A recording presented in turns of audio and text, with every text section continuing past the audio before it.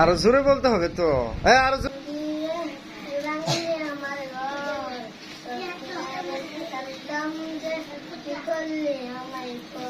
সকাল দুপুর সেজে তোর কিনারে বসে